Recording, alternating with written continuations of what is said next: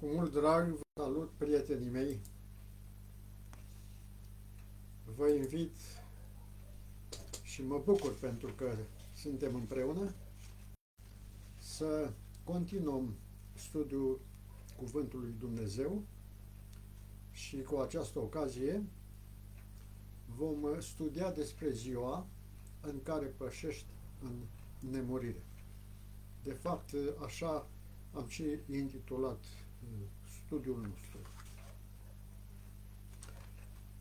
Voi începe cu o experiență a unei doamne care conduceau mașina de la un oraș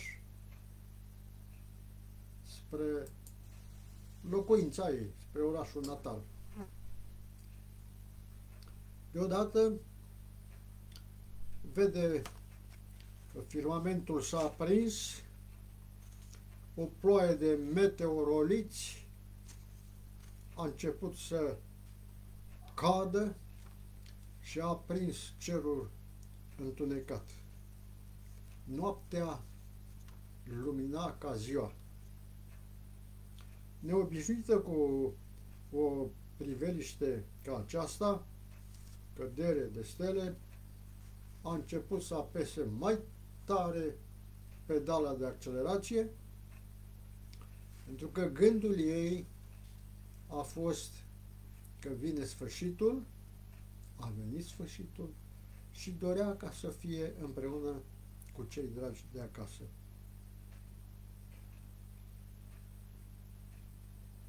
Mai târziu,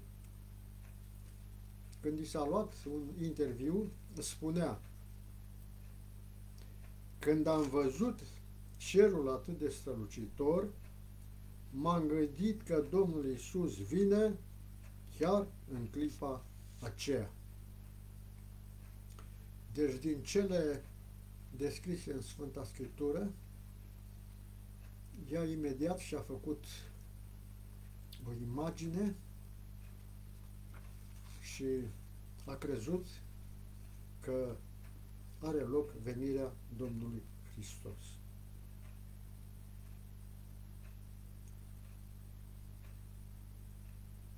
Dumneavoastră, prietenii mei, v-ați întrebat vreodată cum va fi dacă lumea se va sfârși într-o zi? Care vor fi scenele? Ce se va întâmpla? Unii oameni cred că lumea se va sfârși într-un război nuclear, așa cum mai spuneam și altădată.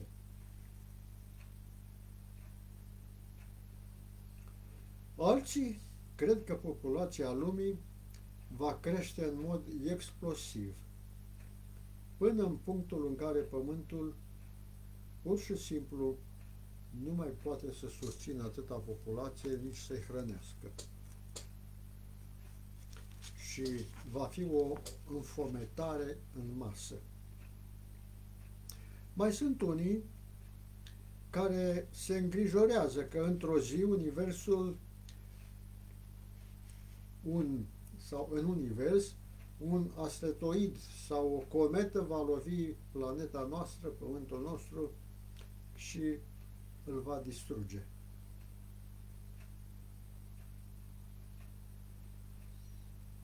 Dar știți, dragii mei, că Biblia a profetizat că sfârșitul nu va avea loc sub niciuna din aceste presupuneri. Prietenii mei, vestea cea bună este că neamul omenesc nu va muri datorită unui război sau datorită foametei, nici chiar datorită ciocnirii cu un obiectiv spațial. Nu. Acestea sunt presupunere ale oamenilor. Dar, încă o dată, repet, dar Biblia descrie sub o altă formă.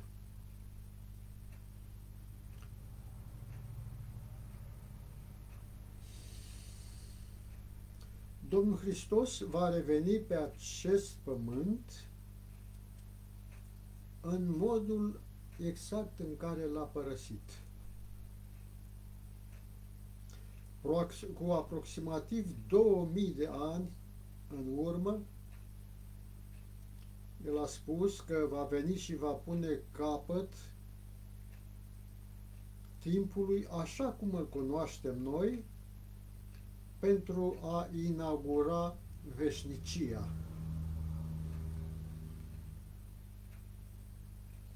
Având în vedere evenimentele care se succed în jurul nostru, care se precipită, vedem atâta confuzie, atâtea neînțelegere, atâtea explicații teologice, atâta negare a lui Dumnezeu, atâta bulversație, oamenii nu mai știu ce direcție au, omenirea și-a pierdut orientarea complet. Este interesant să descoperim ce cred oamenii când sunt întrebați ce părere au despre evenimentul revenirii Domnului Hristos. Da, prietenii mei, putem să facem un sondaj și chiar te invit să faci un sondaj printre prietenii tăi, printre cunoscuții tăi, să-i întrebi cu privire la acest subiect și vezi ce spune.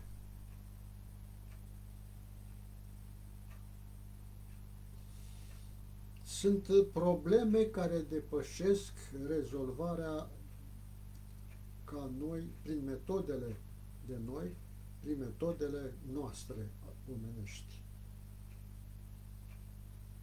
Posibilitățile omenirii parcă nu mai există, deci oamenii nu au posibilități pentru ca să stopeze aceste evenimente critice cu care ne confruntăm. Atunci, cine poate să stopeze această decădere imorală și decădere care merge în degradare din zi în zi? Cine poate să oprească această prăbușire atât economică, morală, spirituală și de orice ordin vreți dumneavoastră? Numai Domnul Hristos și Tatăl Său, Dumnezeu, sunt capabili să îndrepte dificultățile copleșitoare ale planetei Pământ. Observăm cum cresc temperaturile. De informații pe care le am și le aveți dumneavoastră, cum se topesc ghețari.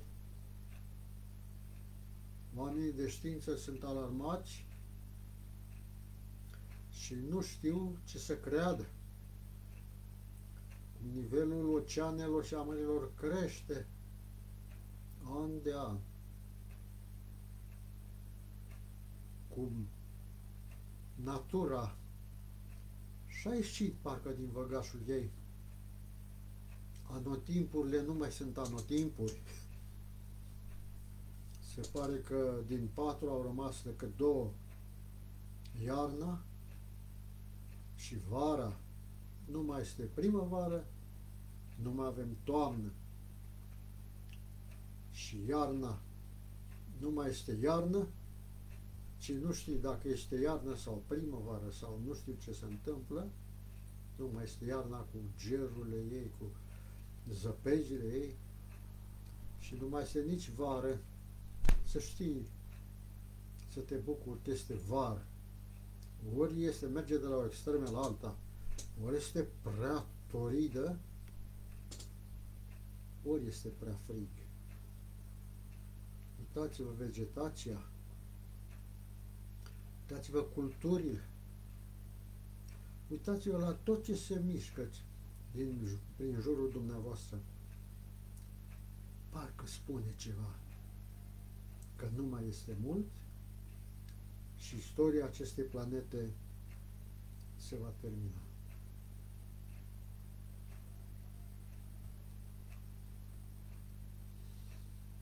Ce binecuvântare va fi atunci când se întoarce Domnul Hristos, care este numit Împăratul Împăraților și Domnul Domnilor.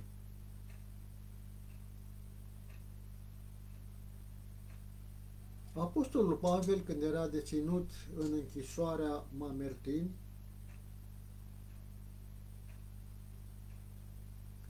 și se aștepta, să dăduse deja sentința ca să fie decapitat pe eșafod, el spunea așa, plin de nădejde: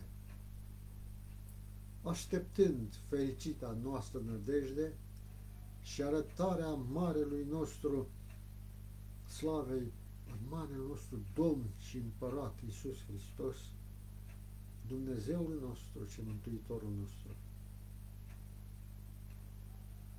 Tot același apostol Pavel îi scria lui Tit, adevăratul său copil în credință, îi scria o scrisoare de acolo, din închisoare, o scrisoare de încurajare pentru a aminti de venirea glorioasă a Domnului nostru. Prieteni, pun acest subiect în fața dumneavoastră pentru ca să nu ne panicăm, să nu ne pierdem speranța, să nu ne pierdem nădejdea, ci evenimentele cu care dăm piept, pandemia aceasta, și mai sunt anunțate și alte valuri, valul 4, valul 5, da?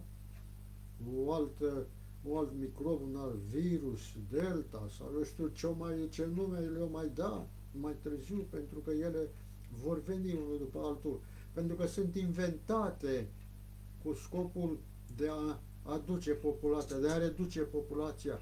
Oamenii sunt așa de îngrijorați că planeta nu mai poate să suporte și așa pun ei control asupra planetei și vrea să mențină numai un anumit număr de populație. Este împotriva lui Dumnezeu.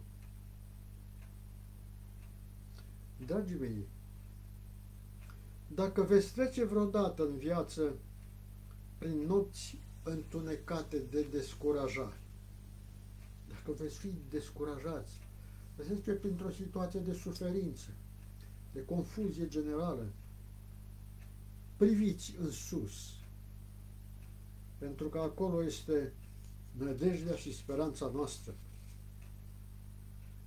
Amintiți-vă de aceea fericită speranță pe care Domnul Hristos a promis-o și Apostolul face referire la aceasta când se va întâlni la a doua venire a Domnului Hristos pe pământ și va îndrepta toate lucrurile pe care omul, din cauza păcatului, le-au strâmbat. Uitați-vă, legi strâmbe, legi care mai sunt drepte, dar nu mai sunt respectate. Rămân acolo. Constituții, articole din Constituție călcate, ne ținând seama.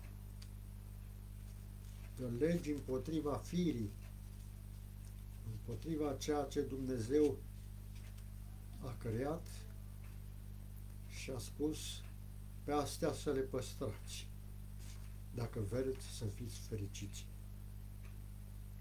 Evenimentul despre care se vorbește cel mai mult în Noul Testament este venirea Domnului Hristos.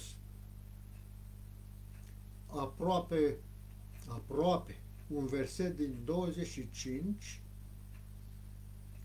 are legătură cu acest eveniment. Domnul Hristos a vorbit despre acest eveniment mai mult decât despre oricare alt subiect aflat în Noul Testament. Atenție! Există în Noul Testament două texte pe care trebuie să le cunoască oricine crede în Biblie. Două texte. Pe acestea, dacă le cunoști, este ok, este foarte bine.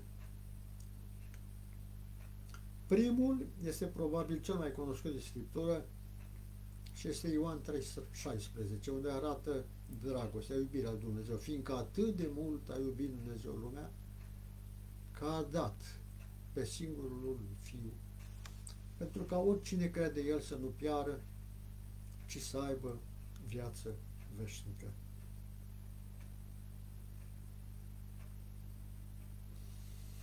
Cel de-al doilea este frumoasa făgăduință rostită de Domnul Isus la scurt timp înainte de crucificare și înălțarea la sine. Se găsește în Ioan 14, unde spune să nu fie tulbură inima, aveți credință în Dumnezeu, aveți credință în mine. În casa Tatălui meu sunt multe locașuri, dacă n-ar fi așa, v-aș fi spus, eu mă duc să vă pregătesc un loc și după ce vă voi pregăti, mă voi întoarce ca să vă iau cu mine, pentru că acolo unde sunt eu să fiți și voi.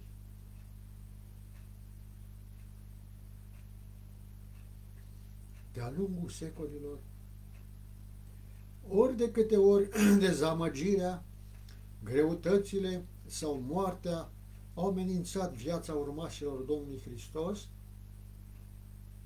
această stea a speranței, făgăduința revenirii Domnului Hristos, a luminat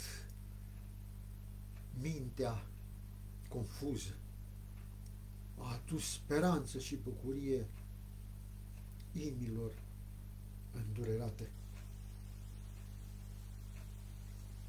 Urmașii Domnului Hristos au așteptat întotdeauna cu nerăbdare împlinirea acestei făgăduințe.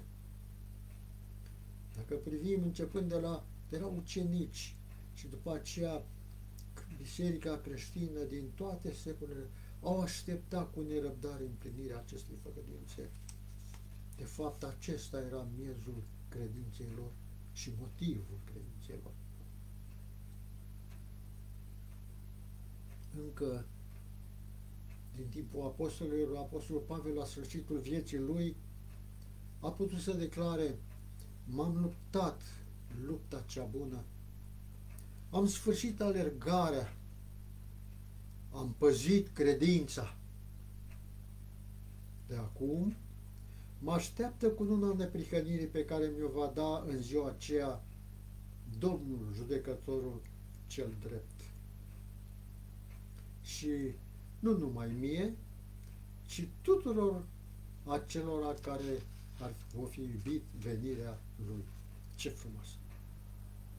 Așa vorbește în 2 Timotei, capitolul 4, versetul 7 și 8. Pavel putea să aștepte cu curaj sabia călăului în acea zi fatală, deoarece acea încredere în promisiunea întoarcerii Domnului Hristos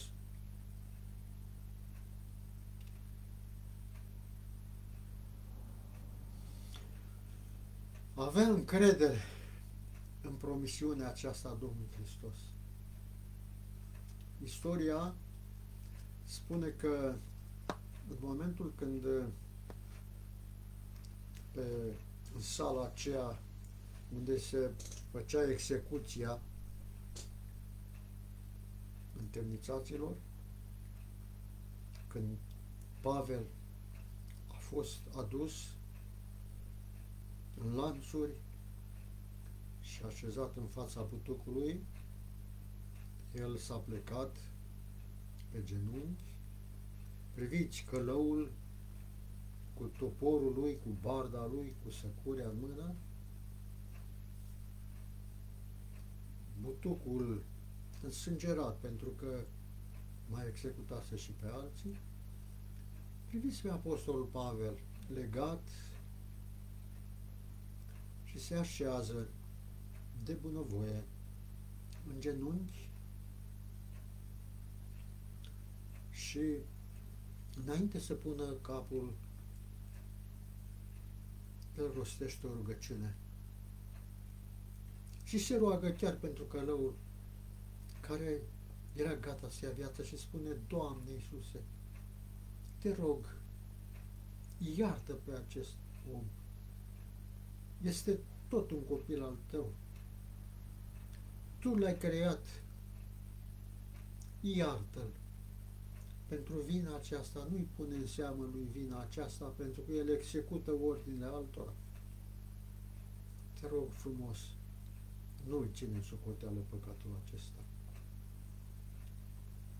Și așează capul pe butuc, întinde gâtul și călăul, în loc să ridice barda, să curea și să dea să-l decapiteze, a aruncat jos, să curea din mână și a spus: eu nu pot să fac lucrul acesta. Atunci cei ce asistau execuția i-a spus: ești obligat să faci lucrul acesta, pentru că asta ți este serviciu, pentru aceasta este plătit. Și el a spus: nu, prefer să fiu și eu decapitat decât să decapitez un om atât de bun, de nevinovat. Atunci a spus: și tu vei fi decapitat așa cum ai cerut. A adus pe altcineva care l-a decapitat pe Pavel și după aceea a fost decapitat și cel care avea sarcina ca să-l decapiteze pe Pavel. Iată o convertire chiar în fața morții. Speranța lui Pavel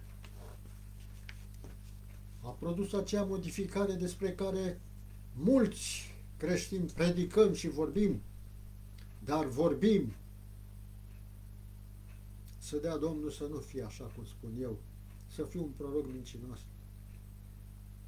Mulți vorbim chiar de la învoanele noastre și conducători de religii, preoți și pastori și slujbași, dar când suntem puși la probă, negăm așa cum a negat Petru. Deci, având această încredere, Apostolul Pavel a venit cu bucurie să se așeze capul pe butuc și să spună cuvintele astea: m-am luptat lupta cea bună, mi-am isprăvit alergarea, am păzit credința, de acum mă așteaptă cununa slavei pe care mi-o va da împăratul, mi-o va da Iisus, și nu numai mie, și tuturor celor ce vor fi iubit venirea Lui. Deci și mie și ție, drag ascultător, stimat prieten și prietenă. Da, Domnul Iisus va reveni.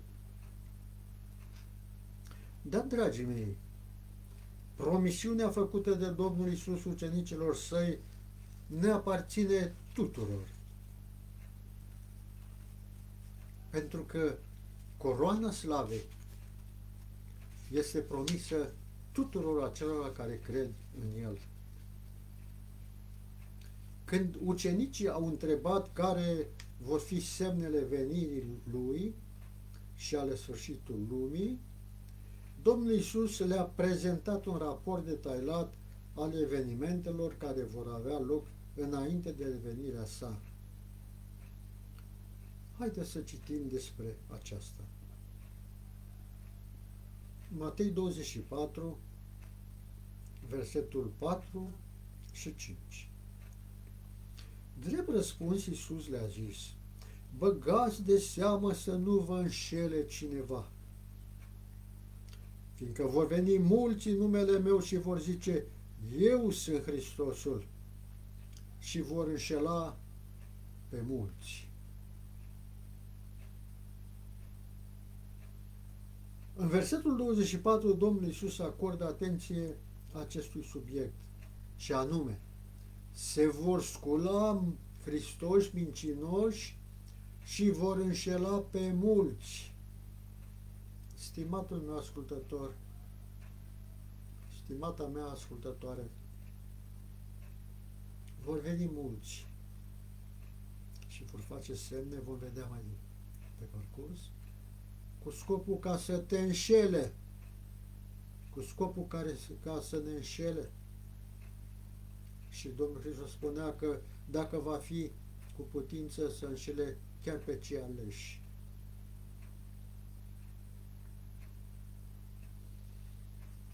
Dacă nu știm cum să deosebim profeții falsi și cum să identificăm o contrafacere, este posibil să ne atașăm de un impostor, considerând că este Domnul Hristos. Prin Anglia, prin Rusia, în Asia, prin Tibet, auzi aici, colo, că a venit Iisus, dincolo s-a născut un copil care are o altă formă și spune că El este Iisus. Și multe aceste informații, dacă mergeți pe internet, le găsiți. Sunt informații false. Cum știm noi să descoperim sau să deosebim pe acești profeți mincinoși?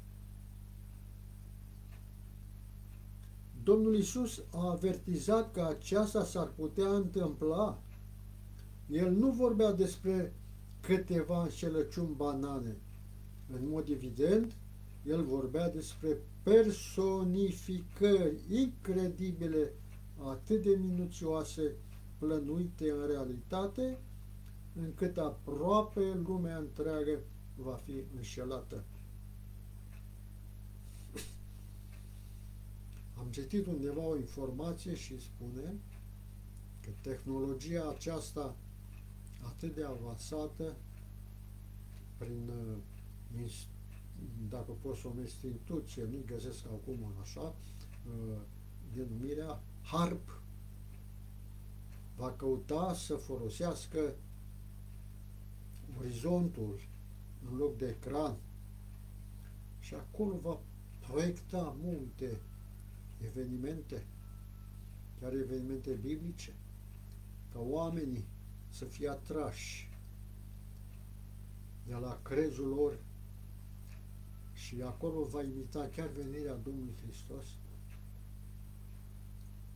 Înțelegeți, dragii mei, acești impostori vor face minuni vindecând bolnavi și realizând demonstrații supranaturale pentru a-și susține pretențiile. Cu toate acestea, noi nu vom confunda adevărata venire a Domnului Hristos, care noi, dacă vom sta pe ce este scris, dacă vom cerceta Sfânta Scriptură și vom rămâne la ce este scris. Nimeni nu poate contraface a doua venire, dar pentru a fi induși în eroare de un Hristos fals, putem fi amăgiți chiar înainte de venirea Domnului Hristos. Haideți să ne gândim la aceasta. Diavolul va folosi Hristoși mincinoși, profeți falsi, pentru a încerca să încurce pe oameni cu privire la a doua venire. Cine? Diavolul va face lucrul acesta. Se va folosi de Hristoși falși de profeți falși pentru a încerca să încurce pe oameni cu privire la a doua venire. Oamenii aceștia sunt niște apostoli mincinoși, spune Apostolul Pavel, niște lucrători înșelători care se prefac în apostolii lui Hristos. Și nu este de mirare căci Satana se preface într-un înger de lumină. Și mai departe spune și slujitorii lui în slujitori ai neprihănirii. Ce drastic! Diavolul însuși își va schimba înfățișarea și va scena o contrafacere a celei de-a doua venire a Domnului Iisus. Dragii mei, cine a văzut pe diavol? Cine știe cum este? Pictorii în imaginația lor l-a făcut o figură rea, cu coarne, cu coadă, da, cu suliță, cu harpi. Și mai cum le-a venit lor prin minte o ființă întunecată. Să nu uităm că diavolul a fost un înger de lumină. Diavolul a fost conducătorul îngerilor, a fost dirijorul corurilor îngerești. Diavolul, datorită răutății lui, și-a schimbat trăsăturile, dar aspectul fizionomic este același. Și nu este greu dacă noi îl percepem într-un înger întunecos, un înger rău, să apară într-un înger de lumină, cu o voce blândă, cu o față atractivă și să vorbească frumos pentru ca oamenii să fie atrași de partea lui, așa cum a făcut cu a treia parte din îngerii în cer. El însuși își va schimba înfățișarea și va face o contrafacere. Se va da drept Domnul Hristos. Am văzut declarația celui care joacă rolul Domnului Hristos. Spune că este un artist. Eu sunt un artist care am jucat în multe filme și am spus că nu sunt Iisus Hristos. M-am îmbrăcat așa cum era îmbrăcămintea pe timpul acela și cum istoricii și teologii și-au închipuit-o, aceea îmbrăcăminte. Așa m-am îmbrăcat. Mi-am lăsat tunsoarea, părul, letele și barba, așa cum era descris el. Dar eu nu sunt un om sincer. Nu sunt Hristos. Sunt un simplu artist. La fiecare pas apar în scenă personaje care pretind a fi Domnul Hristos. El se îmbracă în haine care se aseamănă cu acelea pe care oamenii cred că le-a purtat Domnul Hristos. Așa cum am anticipat, vorbim cu o voce melodioasă și plăcută, citează mult din Scriptură, vine cu adevărul din Scriptură. Și la Domnul Hristos, când s-a dus să-L ispitească, a citat din Scriptură. Dar Domnul Hristos a spus, te-a răspuns tot cu versete din Scriptură, cu cea din Scriptură. Este scris de asemenea să nu ispitești pe Domnul Dumnezeul tău.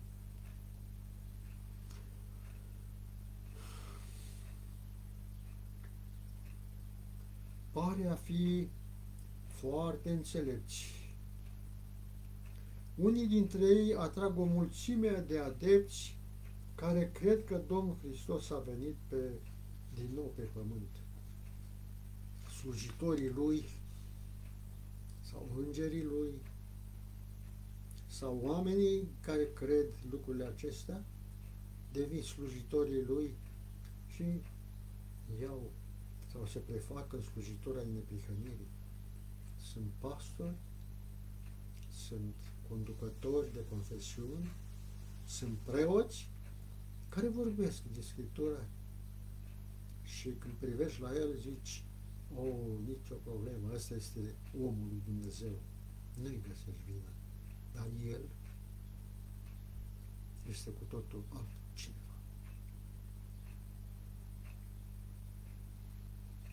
Cuvântul spune că niciunul dintre acești oameni nu sunt Hristos. Vă putem spune aceasta cu siguranță, total. De ce? Deoarece asemenea persoane pot arăta, acum v-ați așteptat să arate Domnul Iisus. Ele pot vorbi așa cum v-ați aștepta să vorbească Domnul Iisus. Ele pot vindeca bolnavi și pot face semne și minuni uimitoare. Iar tentația de a ne îndoi cu privire la declarațiile Bibliei pot fi copleșitoare. Și dacă vine și spune nu mai sunt valabile, astea a fost pentru timpul ăla, dar acum vremurile s-a schimbat, nu mai este valabil cuvântul.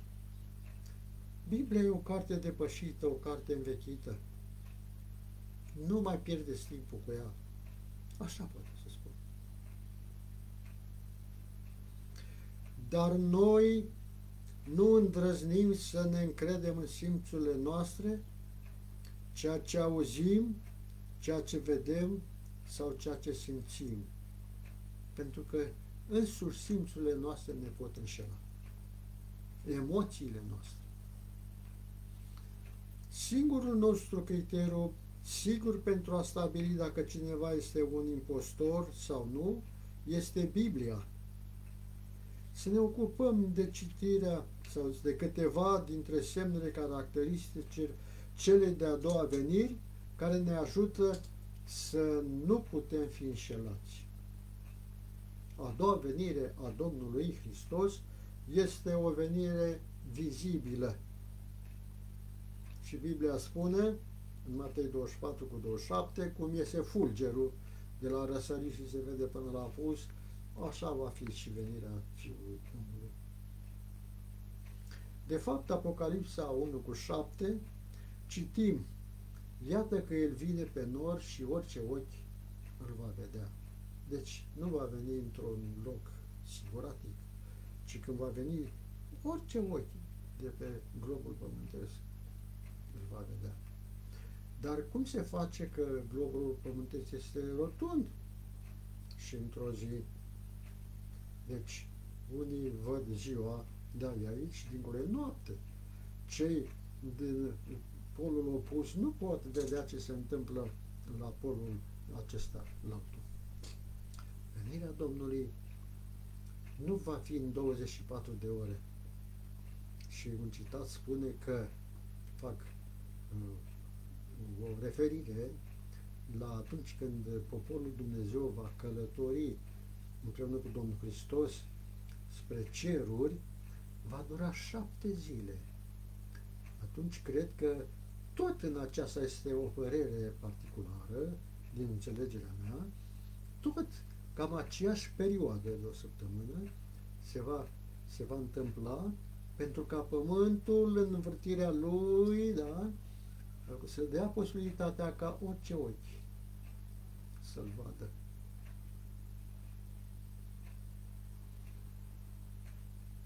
Contrafacerile pot apărea aici și acolo, dar niciun impostor nu poate veni pe norii cerului astfel încât să poată fi văzut de orice ochi. Nu poate. După ce și-a încheiat lucrarea pe acest pământ, Domnul Iisus era pe punctul de a se înălța la cer. El i-a condus pe urmașii săi apropiați de muntele Măslinilor Și după ce și-a instruit ucenicii și le-a adresat cuvintele de rămas bun, s-a înălțat din mijlocul lor. Să observăm ce spune Biblia despre acele evenimente. După ce a spus aceste lucruri, pe când se suiau ei, se uita la el. S-a înălțat la cer și un nor l-a ascuns de ochii lor. Și cum stăteau ei cu ochii pironiți spre cer și când se uita cum se suia el, au apărut doi îngeri și le-a zis: bărbați galilieni, de ce stați și vă uitați spre cer? Acest Iisus care s-a înălțat din mijlocul vostru va veni în același fel cum l-ați văzut mergând la cer. Dragii mei, îngerii au spus acest lucru. Așa cum l-ați văzut voi înălțându-se, tot așa îl veți vedea când se va coborî din cer. Doi îngeri al lui Dumnezeu au venit să asigure pe ucenici că promisiunea pe care le-a făcuse Domnul Iisus se va împlini. Domnul Iisus a spus în mod clar că vor vedea ce? Atunci vor vedea pe Fiul omului venind pe nor cu putere și slavă mare. Și asta declarație a făcut-o și în fața marelui preot. A mai făcut-o odată mai înainte, dar a făcut-o și în fața. Vă spun că veți vedea de acum încolo pe îngerii lui Dumnezeu suindu-se și coborându-se peste Fiul. Nimeni nu va trebui să vă spună când va veni Domnul Iisus. Îl veți vedea venind pe norii cerului. Mai există și alte semne pe care diavolul nu le poate imita.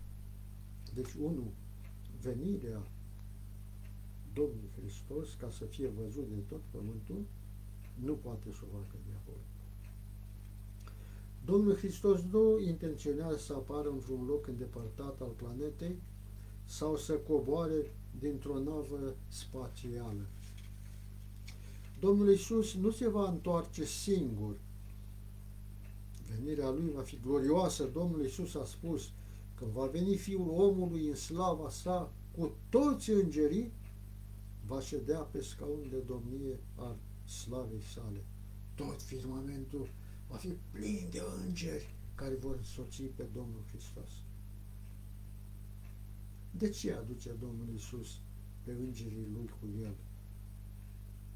El răspunde: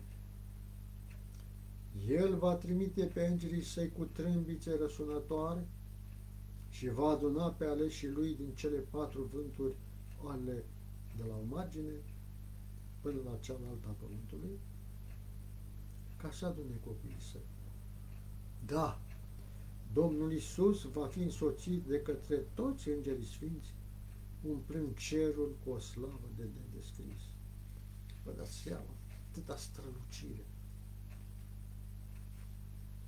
Acum știți de ce acei oameni care pretind a fi Hristos nu pot fi ceea ce declară? Orice încercare de a imita revenirea Domnului Iisus este zadarnică și imposibilă. Nimeni nu poate imita a doua venire. Dar mai există și alte evenimente legate de venirea Domnului Hristos. Va fi o venire auzibilă. Deci se va auzi. Iar atât de puternic va fi această venire, acest auz, încât morții care au fost credincioși vor fi înviați. Textul din 1 Tesaloceni 4:16 spune așa: căci însuși Domnul, cu un strigăt ca cu glasul unui arhanghel și cu trâmbița lui Dumnezeu, se va coborî din cer și întâi vor învia cei morți în Hristos. Așa că venirea Domnului Hristos nu numai că va fi vizibilă, dar va fi și auzibilă. Adică auzită de toată lumea. Atât de pătrunzătoare vor fi chemarea lui Dumnezeu, va fi chemarea lui Dumnezeu și sunetul trâmbiței, încât cei morți în Hristos vor fi treziți și vor ieși din mormintele lor. Cine? Cei morți în credință în Hristos. Vă puteți, dragii mei, imagina bucuria când mormintele se deschid și familiile sunt reunite? Poate ai pierdut pe cineva drag, pe mama, pe tata, pe soră, pe fratele, un copil, soția, și a fost credincios. Atunci va învia și când te vei întâlni, vei reface din nou familia. Ce frumos! Ce bucurie mare va fi! Vedeți cât de imposibil i-ar fi lui Satana să contrafacă adevărata venire a Domnului Hristos? El nu poate să facă așa. Însă iată că mai sunt și alte vești bune. Observați ce se întâmplă cu cei drepți care vor fi în viață la a doua venire a Domnului Hristos. În 1 Tesaloniceni 4:17 spune: apoi noi cei vii care vor fi rămas, vom fi răpiți împreună cu ei în nor ca să întâmpinăm pe Domnul în văzduh și astfel vom fi totdeauna cu Domnul. Stimatul meu ascultător, stimat ascultător, îți doresc să fii printre aceia și să fiu și eu, să fim împreună. Urmașii credincioși ai Domnului Iisus sunt ridicați în văzduh împreună cu cei morți care au înviat pentru a-L întâmpina pe Domnul slavă. Ce reîntâlnire fericită va fi pentru multe familii. Apostolul Pavel mai adaugă câteva detalii cu privire la ceea ce se va întâmpla când se va întoarce Domnul Iisus. El spune: iată, vă spun o taină.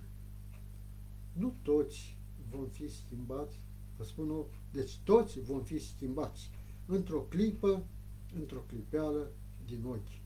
La cea din urmă trâmbiță. Trâmbița va suna, morții vor învia, nesupuși putrezirii și vom fi totdeauna cu Domnul.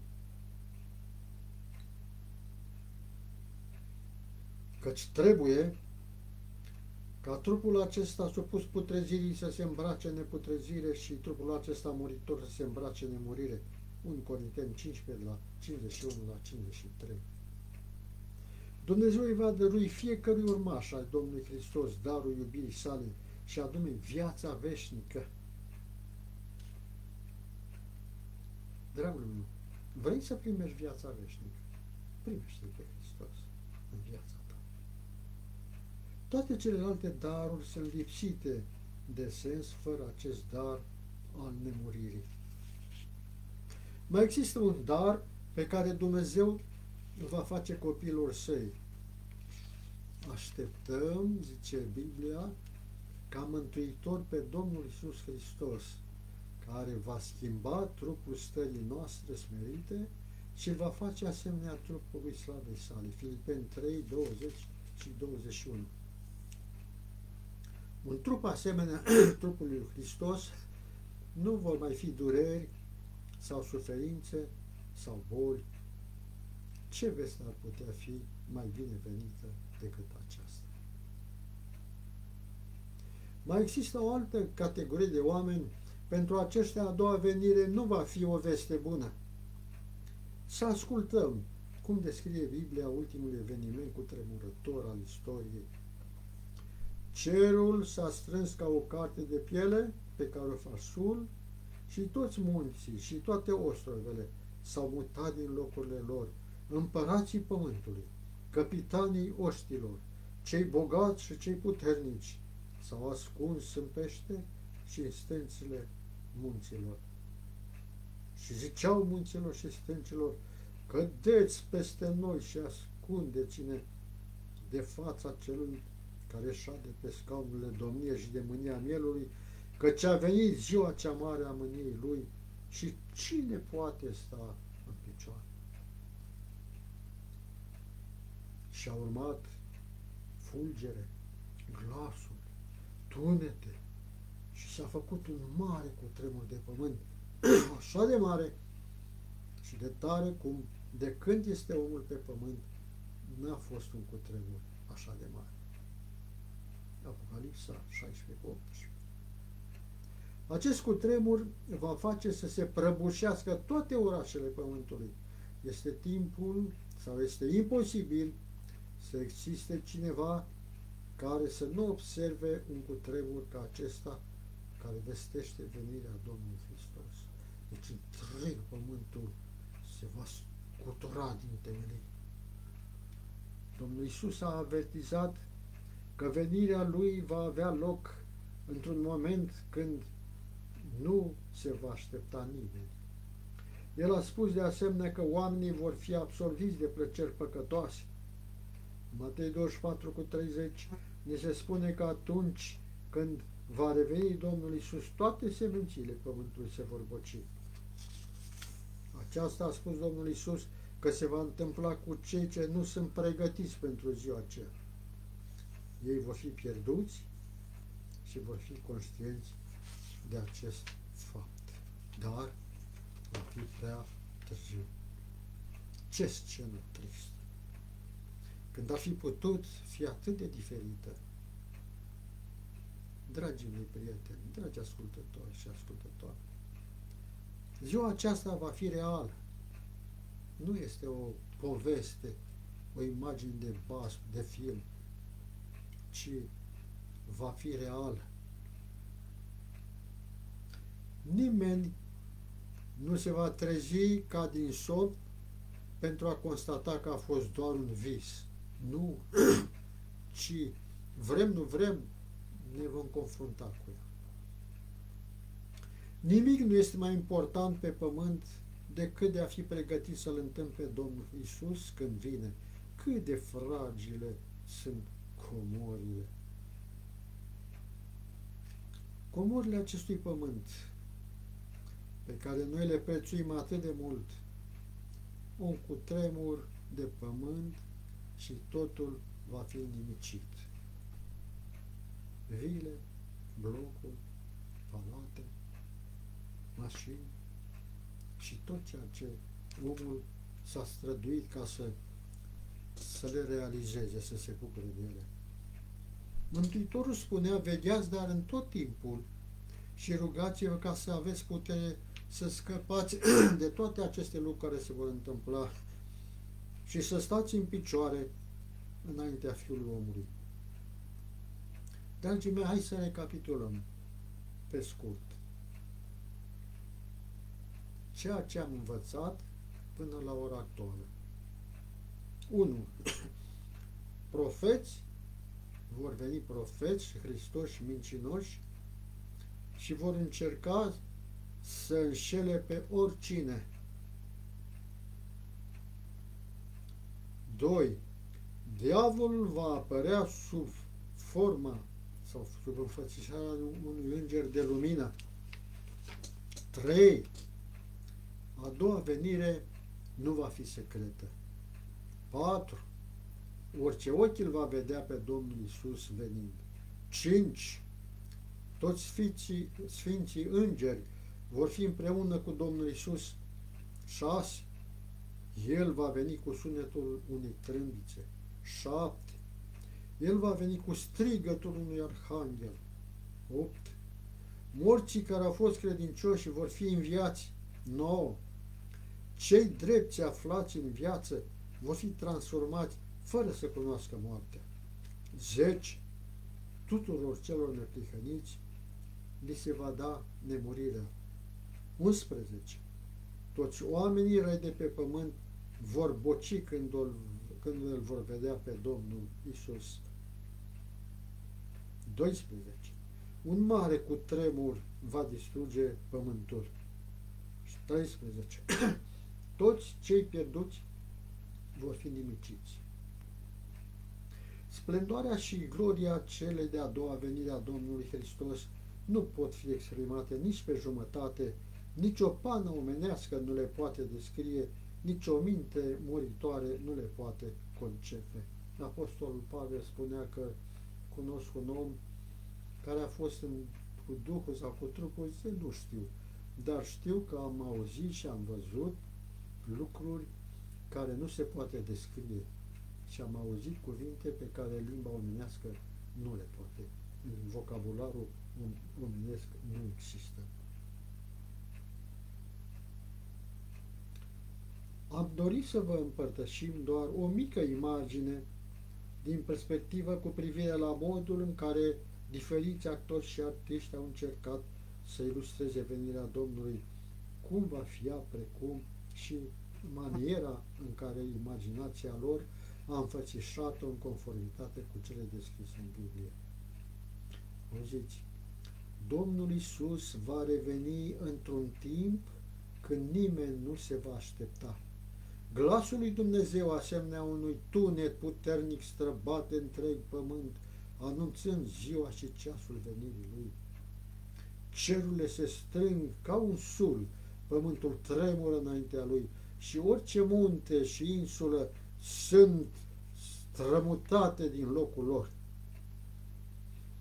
Curând se ivește la răsărit un mic nor negru de aproximativ o jumătate de palmă.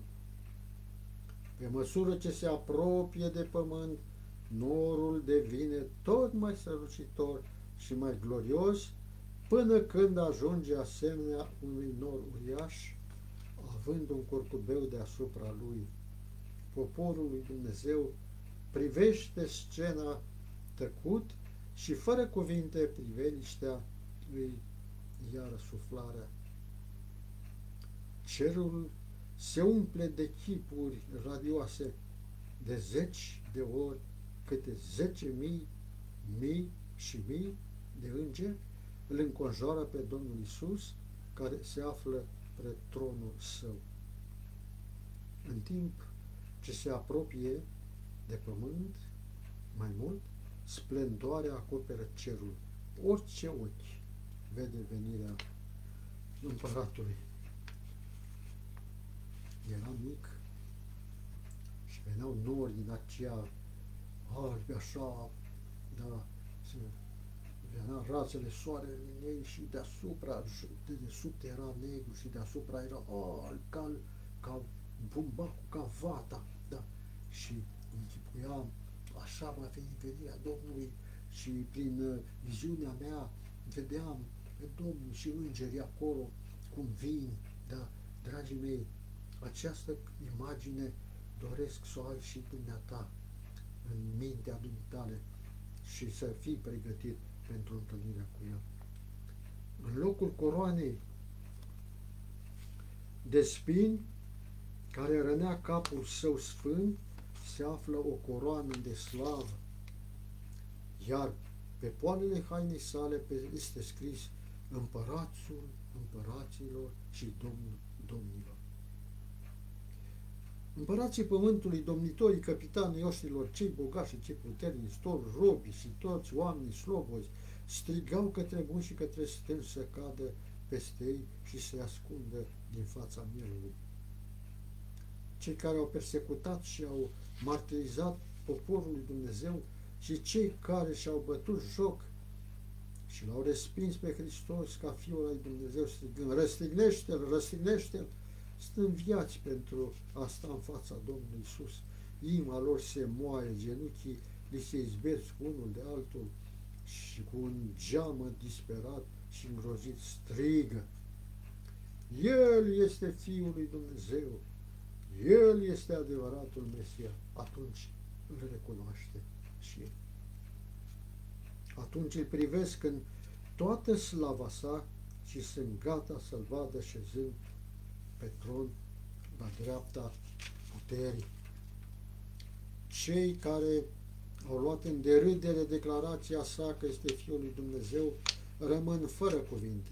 Acolo se află Irod cel mândru, care a ordonat și a ironizat titlul său de rege și a ordonat să fie încoronat cu o coroană de spini. Acolo sunt chiar acei oameni care cu mâinile lor necurate și-au bătut joc și l-au dezbrăcat de hainele și l-au îmbrăcat într-o haină stacojie de purpur. a așezat corona de spini pe fruntea lui sfântă, i-a pus în mână un sceptru de trestie, s-au închinat înaintea lui, blestemându-l și batjocorindu-l. Cei care l-au bătut și l-au scuipat pe prințul vieții și întorc acum capul fugind de privire pătrunzătoare și caută să scape de prezența slavei lui atotputernice.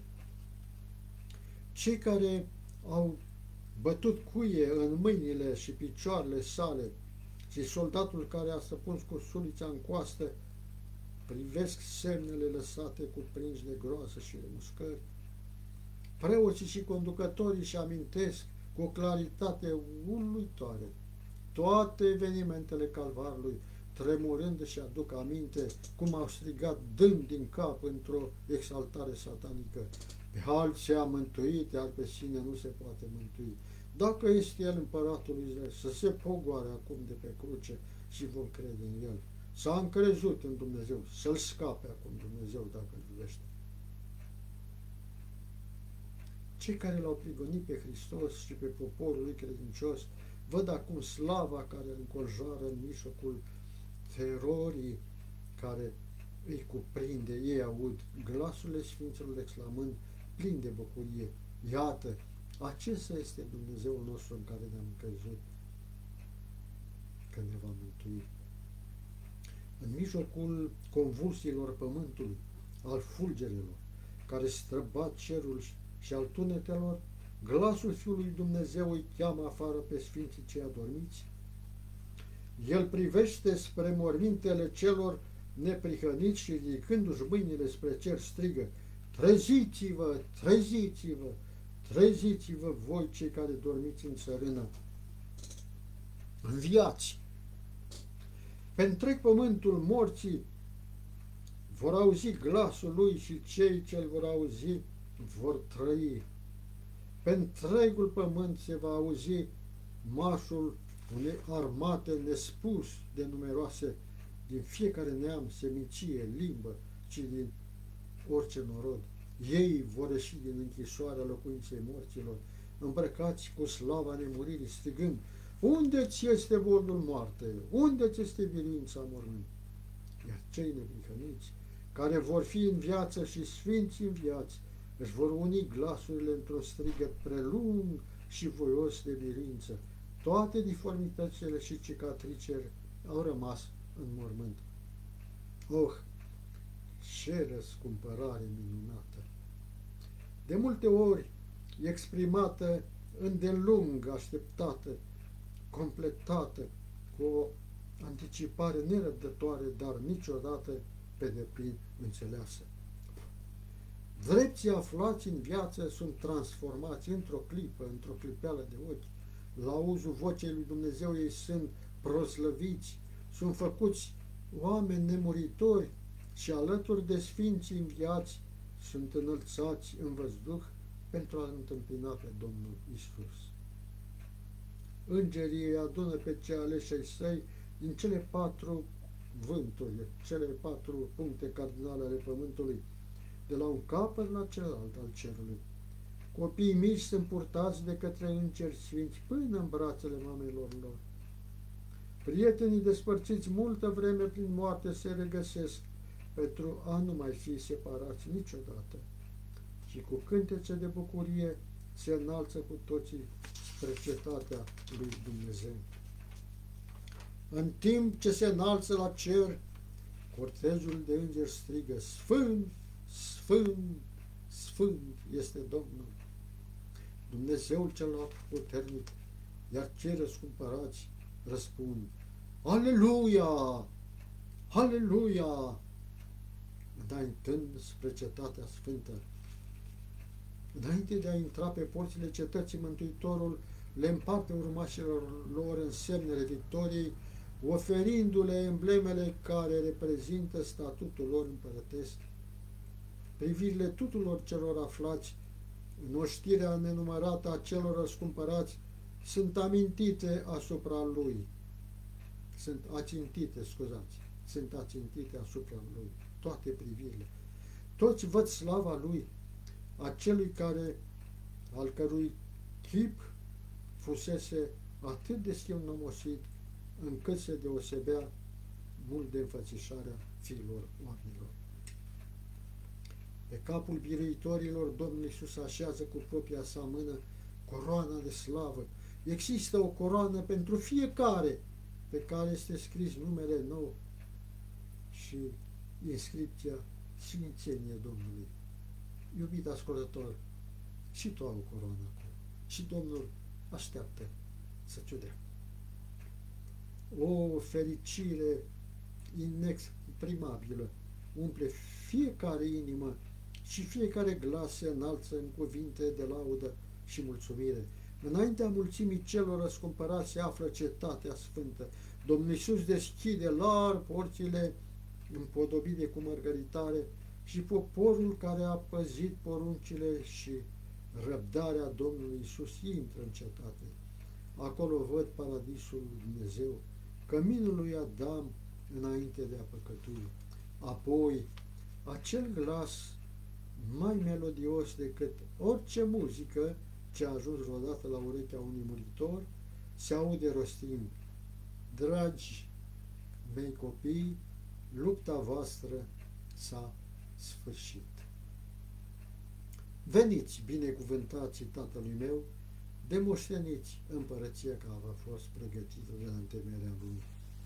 Matei 25 cu 34. Aceasta este speranța noastră, prieteni. Acesta este destinul nostru, prieteni. Acesta este viitorul nostru, dragi creștini. Putem trăi cu Hristos pentru totdeauna în cer. Dacă pierdem veșnicia, am pierdut totul. Dacă pierdem cerul, am pierdut totul. Dacă suntem pregătiți pentru apropiata venire a lui Hristos, vom pierde cel mai mare eveniment al istoriei veacurilor. Dacă suntem nepregătiți pentru acest eveniment, pentru apropierea venirea Domnului Hristos, vom pierde cel mai mare eveniment al istoriei veacurilor și vom rămâne pe veșnicie.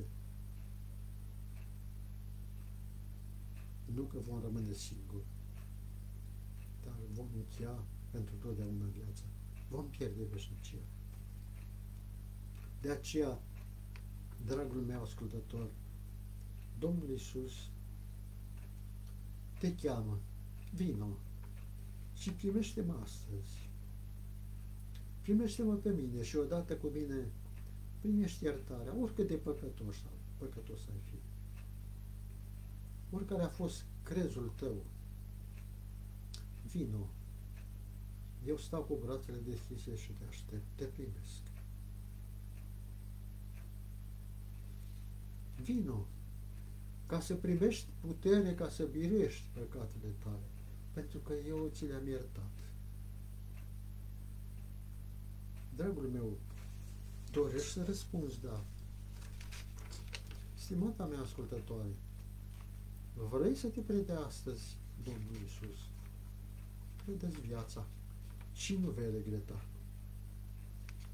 Nu vei regreta niciodată pentru hotărârea pe care o iei chiar în ceasul acesta. Chiar dacă va fi cazul să pierzi pe lumea aceasta, și așa ele se vor sfârși. Pentru că noi trăim puțin și toate rămân și le pierdem. Dar dacă primim pe Hristos, vom primi viața veșnică, vom trăi veșnic pe pământul refăcut. Doresc ca Dumnezeu să-ți ajute să iei hotărârea cea mai bună. De a-L primi pe El, a te lăsa transformat de El și asculta glasul Său. Întoarce-te la El și nu vei regreta. Domnul să te binecuvânteze și să te ajute ca să aștepți cu bucurie învierea